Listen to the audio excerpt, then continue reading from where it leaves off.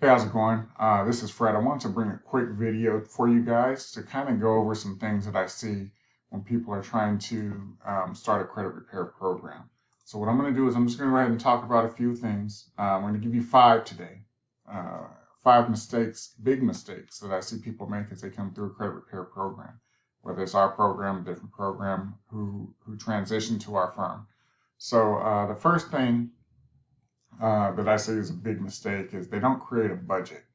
And a lot of times people don't even know what a budget is. But what a budget is basically is taking all of your income, what's coming into the household, that income that you receive, and then figuring out how much is the outgo. So you want to know what's coming in versus what's going out. You want to make sure that you're not spending more than you're receiving, because that's a lot of times where people are making their mistakes is they're spending too much money. They're trying to live with the Joneses and keep up with the Joneses, but they're just spending too much. So our goal, our number one goal is to create some type of budget so that way you can track what's coming in and what's actually going out. Because I can ask 10 people, uh, how much money did you spend this week? And I don't think any of them would be able to tell me the exact number. Because you might get gas, you're getting food, uh, picking up Starbucks or going to McDonald's or something like that. So you're not really understanding how much is actually going out. Are you paying for other people?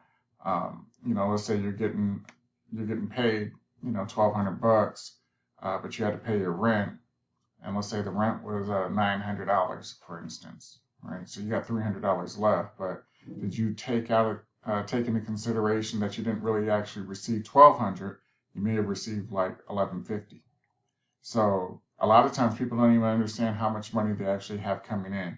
So it's very important to make sure that you check and see exactly what's going on daily, weekly. I do my budget every week or two, at least once every 2 weeks. I do it at least twice a month. So this is something that I urge you guys. If you guys need a copy of the budget tool that I use, I can send you the spreadsheet. So that way you can at least have that in your hand, have it in your arsenal, so you know exactly what you're spending. Number two, next thing is person's not changing their spending habits. So I briefly talked about it in step one, but the second mistake is they're just spending too much. Plain and simple. What do you need to do? One, you need to cut back on your spending. Do you actually need to go out several times per week to get your dinner or lunch or whatever? Can you bag lunch it if you're going to work? I know with the pandemic and everything with COVID-19, everybody's not working. We got people working from home. A lot of times people still go out. They're spending, the money on their coffees, their Starbucks. They call this the latte effect. And you can save a lot of money if you just get this in check. I know it's hard because I've once been there. But once you get it in check and kind of make it a habit of, just spending less than you are, like try to make it a habit. Like if you're spending $100, see if you can cut that down by 10 or 20%. And then do that maybe for a few weeks and kind of see how that goes for you. And then shave off some more. You want to spend the least amount possible because right now we're trying to get your budget right. And if you're spending too much money, you're never going to get the budget in check. So I put budget number one, spending habits number two. Third reason, not sending in your correspondence. So I can't speak for other credit repair companies, but I can speak for our company. We need, capital NEED, we need all correspondence that you receive because we're asking you for very specific information. We want to make sure that they're able to verify what we're requesting. So you're not sending in all the correspondence. Sorry, I had to press pause for a moment because a call came in. But you're not sending in all the correspondence. Now, like I said, we need to see the exact verbiage that they send in.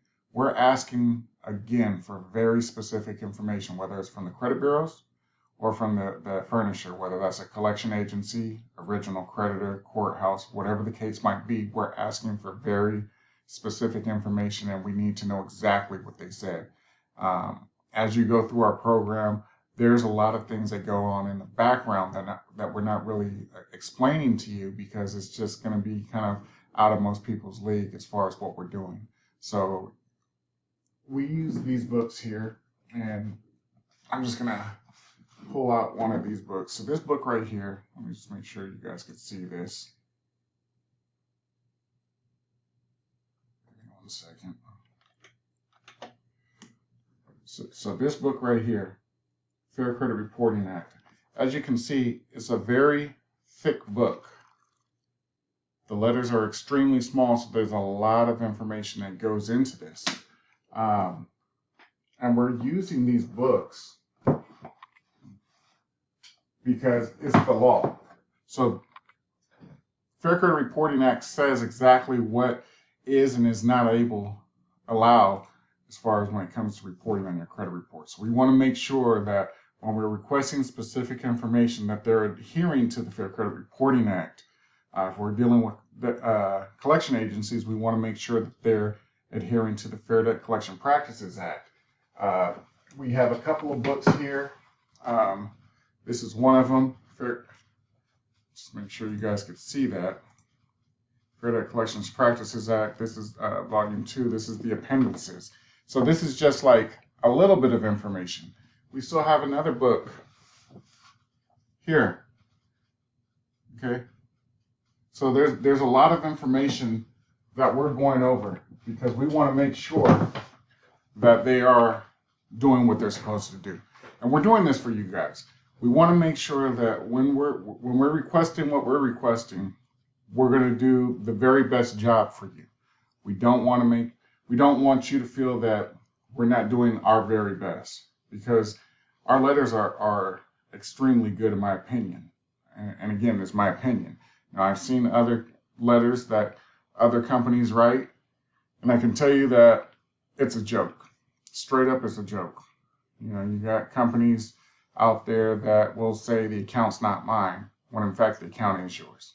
Okay, so when we're sending out things, we don't say the account's not mine, because that's not true. We use what's called factual disputing methodologies, and basically, in layman's terms, that means we're using what they're reporting against them. You know, the Fair Credit Reporting Act says that if they're going to report something on your credit report, it must be 100% accurate and it must be verifiable. So being verifiable means we can go to the creditor and we can make sure that they can verify that what they're reporting is in fact accurate. Okay. So without being able to see the information that they're giving you guys, you know, you're kind of shooting yourself in the foot. You know, we can only do so much, but without having the exact information, we're going in blind. Okay. Let's go ahead and see what our number 4. Our 4th reason, not building or rebuilding your credit profile properly. Now, let's go ahead and talk about properly what that actually means. Now, with our company, we have what's called our credit building blueprint. And these are steps that are broken down. They're proven to work if you work it right. So if you follow the steps in order, and there's a specific reason why we have you guys get these accounts. We know that they are subprime accounts. We know that the information is that they sell, the items that they sell are expensive. We know this, but you cannot get approved for credit anywhere else. 2, not only can you not get approved, but if you are approved, you're going to get little limits. So that's why we don't want you to go and start with step 4 by getting a secured credit card, because you're putting a very minimum amount down.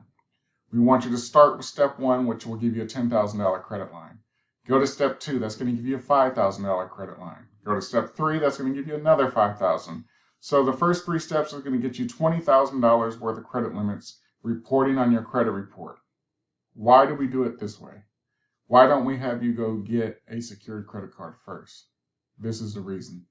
Once you're done with credit repair, you may want to go ahead and start trying to get actual funding with Visa, MasterCard, American Express, Discover type credit cards. And if you don't follow our system the way we suggest, you're not going to get the types of credit limits that you want. So that's why we've put together the blueprint the way we have, and then we have what we call our funding programs. So if you're looking at trying to get funding, we charge on the back end based on the amount of credit lines we're able to get for you. Okay, so that's the fourth reason. Fifth reason, you continue to apply for credit. So just because you're going through a credit repair program does not mean that you have the ability to just go out and apply for credit. You know, if you're with our company, with our firm, then if you need to apply, check with us. We're going to tell you, you know, your odds of approval. We're going to tell you if your scores are in the 500s, the types of interest rates you may get. For instance, if you're trying to go buy a car, you know, your interest rates are probably more than likely going to be over 18%, which is a no-no. You don't want to do that. You know, we'll give you tips and tricks that we've seen with the thousands of clients that we've helped over the years.